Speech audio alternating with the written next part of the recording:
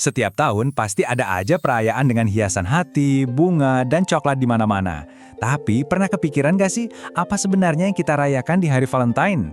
Ternyata di balik semua itu ada sejarah yang jauh lebih rumit, misterius, dan jujur aja jauh lebih seru daripada yang kita bayangin. Yuk kita bongkar bareng-bareng. Kita semua tahu kan tradisinya, ngasih kartu, hadiah, makan malam romantis. Tapi, pernah berhenti sejenak dan nanya nggak, kenapa sih harus tanggal 14 Februari? Kenapa bukan tanggal lain? Nah, sejarahnya itu ternyata penuh dengan legenda, puisi, dan bahkan beberapa kontroversi. Mari kita selami lebih dalam. Oke, untuk bisa paham hari Valentine, kita harus mulai dari akarnya dulu. Siapa sih sebenarnya Santo Valentine itu? Nah, disinilah ceritanya jadi menarik. Ternyata, jawabannya itu nggak sesederhana yang kita kira. Ada beberapa tokoh, beberapa cerita, yang semuanya berkontribusi pada hari yang kita kenal sekarang. Jadi gini, nggak ada satu kisah tunggal yang pasti tentang Santo Valentine. Sejarah itu mencatat setidaknya ada 3 martir berbeda yang bernama Valentine. Legenda yang paling populer, yang mungkin kalian juga pernah dengar, adalah tentang seorang pendeta yang menentang Kaisar Claudius II dengan menikahkan para prajurit secara rahasia. Terus ada cerita lain yang nyebutin kalau dia menyembuhkan seorang gadis buta, atau bahkan dia memotong perkamen berbentuk hati sebagai simbol cinta Tuhan. Nah, setiap kisah ini, entah benar atau enggak, nambahin lapisan makna pada hari Valentine. Dan dari legenda tentang gadis buta itulah muncul frasa yang kita kenal banget.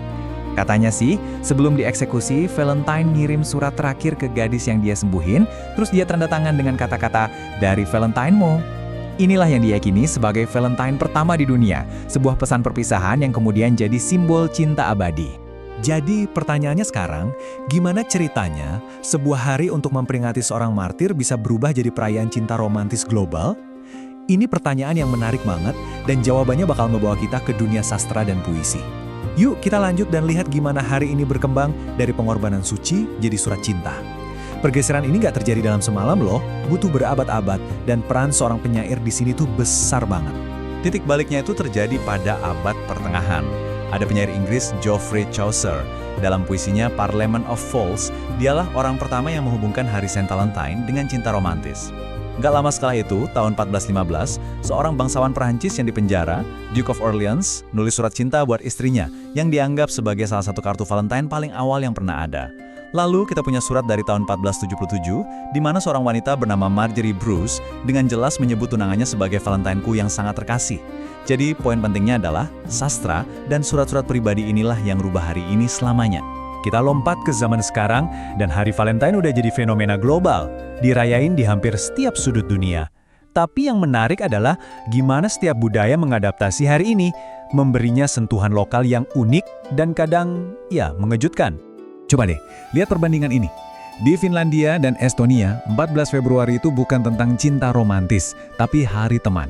Ini adalah hari untuk merayakan persahabatan dengan kartu dan hadiah kecil. Beda banget sama di Prancis, yang ya seperti yang bisa kita bayangkan, ini adalah perayaan cinta yang klasik dan romantis, lengkap dengan perhiasan dan makan malam mewah. Dua interpretasi yang sangat berbeda dari hari yang sama. Nah, kalau di Jepang dan Korea Selatan, tradisinya lebih rumit lagi dan berlangsung selama 3 bulan. Jadi gini, tanggal 14 Februari, para wanitalah yang ngasih coklat ke pria. Terus, sebulan kemudian tanggal 14 Maret, yang dikenal sebagai White Day, giliran para pria yang balas budi, biasanya dengan coklat putih. Dan di Korea Selatan, ada hari ketiga yang unik banget, 14 April atau Black Day, di mana para lajang yang gak dapat apa-apa, kumpul bareng buat makan mie kacang hitam sebagai bentuk solidaritas. Dan ternyata, masih banyak lagi loh tradisi unik lainnya. Di Wales, hadiah tradisionalnya itu sendok cinta dari kayu yang diukir dengan indah. Sebuah tradisi yang udah ada sejak abad ke-17. Di Italia, para kekasih saling bertukar kunci untuk membuka hati satu sama lain. Dan di Inggris, ada tren yang makin populer yaitu ngasih kartu Valentine ke hewan peliharaan kesayangan. Tapi, penting juga buat kita ingat kalau nggak semua orang merayakan hari ini dengan antusiasme yang sama. Di beberapa belahan dunia, hari Valentine itu bukan cuma nggak populer, tapi secara aktif nggak dianjurkan atau bahkan dilarang sama sekali karena dianggap nggak sesuai sama nilai-nilai budaya lokal. Slide ini nunjukin dengan jelas betapa bedanya pandangan dunia terhadap hari Valentine. Di negara-negara kayak Pakistan, Malaysia, dan Iran, perayaan publik dilarang oleh pemerintah karena dianggap sebagai pengaruh budaya barat yang negatif. Di tempat lain seperti Arab Saudi dan Uzbekistan, perayaan ini secara resmi nggak dianjurkan. Ini pengingat penting bahwa apa yang jadi perayaan besar di satu budaya bisa jadi kontroversi di budaya lain. Oke, sekarang kita tinggalin dulu kontroversi dan beralih ke sesuatu yang sedikit lebih ringan dan mistis. Jauh sebelum ada aplikasi kencan, gimana caranya orang-orang zaman dulu nyari tahu siapa yang bakal jadi Valentine mereka? Jawabannya ada pada takhayul dan ramalan kuno. Coba bayangin deh sejenak, nggak ada internet, nggak ada aplikasi. Gimana caranya bisa memprediksi kehidupan cinta kamu?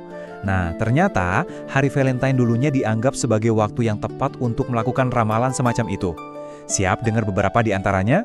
Beberapa tradisi rakyat ini cukup menarik loh. Katanya, para gadis muda percaya kalau mereka naruh daun salam di bawah bantal pada malam Valentine, mereka bakal mimpiin calon suami mereka. Kepercayaan lain bilang kalau pria pertama yang kamu lihat di jalan pada hari itu bakal jadi suami kamu atau setidaknya punya nama yang sama. Bahkan burung pun dianggap sebagai pertanda. Lihat burung robin itu pertanda baik, tapi kalau burung gereja bisa berarti nasib buruk dalam percintaan. Jadi, setelah kita menempuh perjalanan panjang ini, dari legenda martir Romawi ke puisi abad pertengahan, dari tradisi coklat di Jepang sampai larangan di Pakistan, kita kembali ke pertanyaan awal. Apa sih sebenarnya hari Valentine itu? Mungkin pada akhirnya nggak ada satu jawaban yang benar. Artinya adalah apapun yang kita putuskan. Entah itu cinta romantis, persahabatan, atau sekedar alasan buat nikmatin coklat. Sejarahnya yang kaya menunjukkan bahwa hari ini bisa jadi milik semua orang. Jadi pertanyaan terakhir untuk Anda, apa arti hari Valentine bagi Anda?